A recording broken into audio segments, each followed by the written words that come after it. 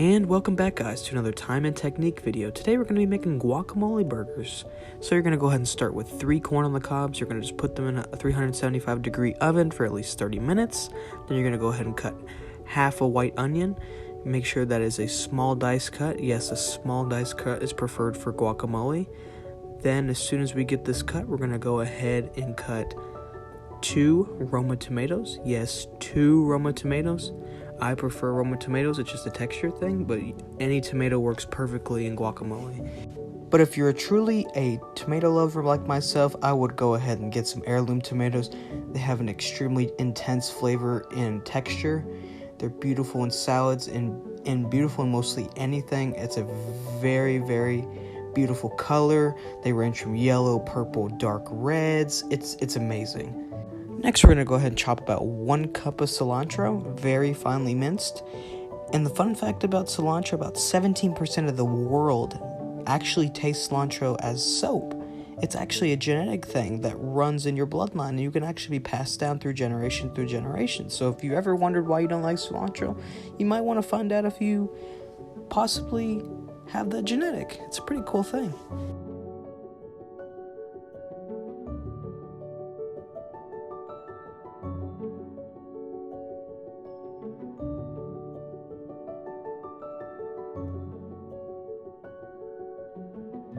Next, you're going to go ahead and grab 5 avocados and go ahead and split those right down the middle. Just be sure to be very careful. This isn't a race. It's cooking. You can take as long as you need to. It's practice. Practice makes perfect. I remember the first time when I did it, I cut my finger because I was going way too fast than I could handle. So don't ever feel like you have to rush for anybody. You take your time and you make it good. Now go ahead and scoop your avocados out into a bowl or a molcajete like I'm using. Fun fact about the molcajete, it was made over 10,000 years ago by ancient tribes in Mexico like the Aztecs and the Mayans. It's actually made out of volcanic rock, which is pretty cool.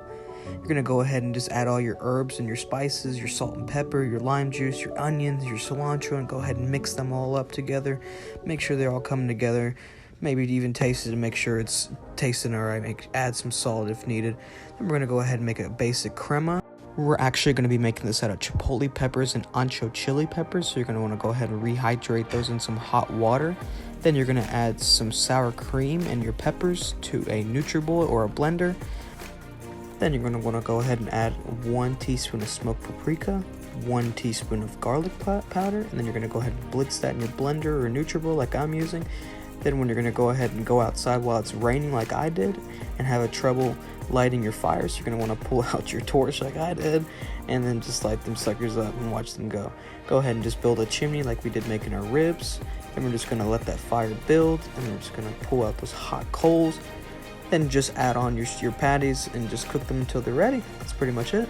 Now for the build, it's pretty simple. All you're going to do is just take your toasted brioche bun that I toasted on my grill. Take a nice little teaspoon of our ancho chipotle crema. It's going to go on the bottom. Then you're going to take some beautiful Bibb lettuce. It's very crispy, very light. Has a beautiful flavor profile. It's perfect for burgers, perfect for salads, perfect for pretty much anything. Then you're going to go ahead and take your beautifully seasoned and grilled burger and place it on top. And last, but certainly not least, your guacamole. I mean, be proud of this. It's a very, very tasty guacamole. And there's so many flavors going on. You got your cilantro, your lime juice, you got the salt just to enhance all those flavors. The corn actually really brings it out with a little touch of sweetness that's added onto it. And then you're just going to top that all off with a beautiful toasted bun. That's pretty much it. Just look at that. Just be proud of yourself and enjoy that burger. I mean, it's quite delicious. Now, if you really enjoyed this video, go ahead and leave a like and subscribe if you're new to this channel. And be sure to go ahead and leave a comment for any suggestions. And always remember to keep your knives sharp and keep your mind even sharper.